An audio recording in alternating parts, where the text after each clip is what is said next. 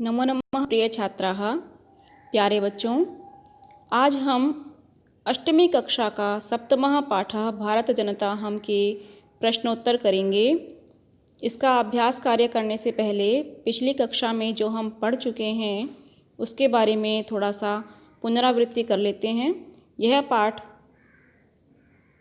कवि कुल शिरोमणि डॉक्टर रमाकांत शुक्ल जी के द्वारा रचित है। काव्य का नाम है भारत जनता हम।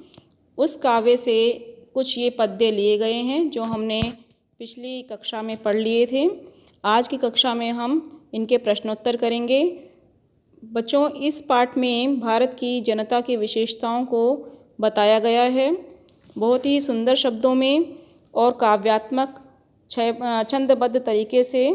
कवि ने इसको बहुत ही सुंदर प्रकार से हमें भारत की जनता की विशेषताएं बताई हैं। हम फिर से एक बार इसका मुख्य बातों को जान लेते हैं प्रश्नोत्तर हल करने से पहले। देखिए बच्चों, जितने भी आकारांत स्त्रीलिंग शब्द हैं वो भारत जनता शब्द के विशेषण हैं। भारत जनता शब्द विशेष्य है और इसके सभी वे विशेषण हैं अभिमानधना, विनयोपेता, शालीना, ये सभी कुलिशादपि कठिना और सुकुमारा, ये सभी शब्द विशेषण के रूप में प्रयुक्त हुए हैं जो भारत की जनता के लिए प्रयोग किए गए हैं कवि के द्वारा। इसमें अन्य भी विशेषण बताए गए हैं कि भारत की जनता पूरी वसुंधरा को ही पूरी पृथ्वी को ही एक परिवार के समान, कुटुंब के समान मानती है और अत्यंत विवेकशील है, निर्णय करने में समर्थ है, प्रेय और श्रेय दोनों का चयन करती है, विज्ञान रूपी धन वाली, ज्ञान रूपी धन वाली, संगीत साहित्य से युक्त और आध्यात्म रूपी अमृत की नदी में स्नान करने से परिपूत अर्थात पवित्र हुई ये भारत की जनता है। इसके काव्यों से, गीतों से, नृत्यों से सारा संसार सम्मोहित है, मुग्ध है, रस से परिपूर्ण भारत की जनता है और इनको उत्सव भी प्रिय हैं।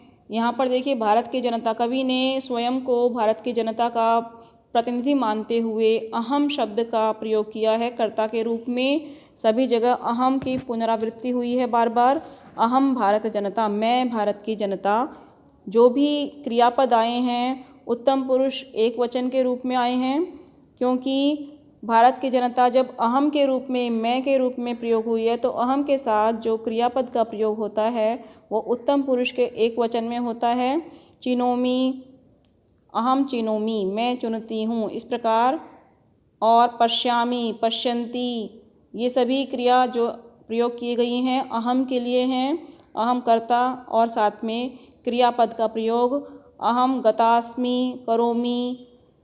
ध्यान से देखिए, अहम, ये दृश्य, ये सभी जो क्रियापदों का प्रयोग किया है कवि ने, इन सभी में आप ध्यान से देखेंगे तो आपको बार बार उत्तम पुरुष एक वचन का ही रूप इसमें देखने को मिलेगा।